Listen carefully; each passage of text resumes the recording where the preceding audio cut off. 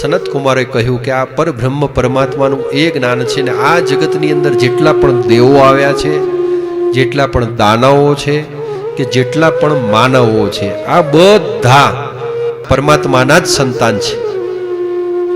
દેવ હોય, દાનવ હોય કે માનવ હોય, બધા પરબ્રહ્મ પરમાત્માના જ સંતાન છે.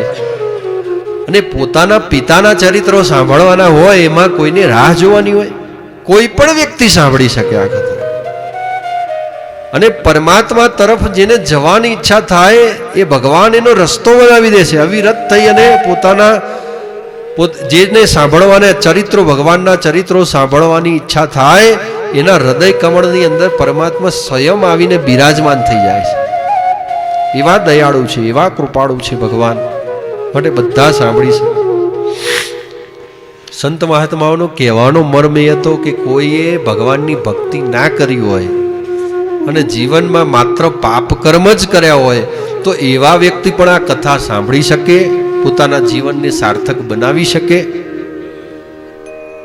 એટલે એવું એમને પૂછ્યું ત્યારે કહ્યું કે જીવનમાં જેને કોઈ પુણ્ય જ ના કર્યું હોય, માત્ર ને માત્ર પાપ જ કર્યા હોય, એવા વ્યક્તિ જો પણ આ કથા સાંભળે ને તો પણ એ પાપમાંથી મુક્ત થઈ અને ભગવાનને પામી.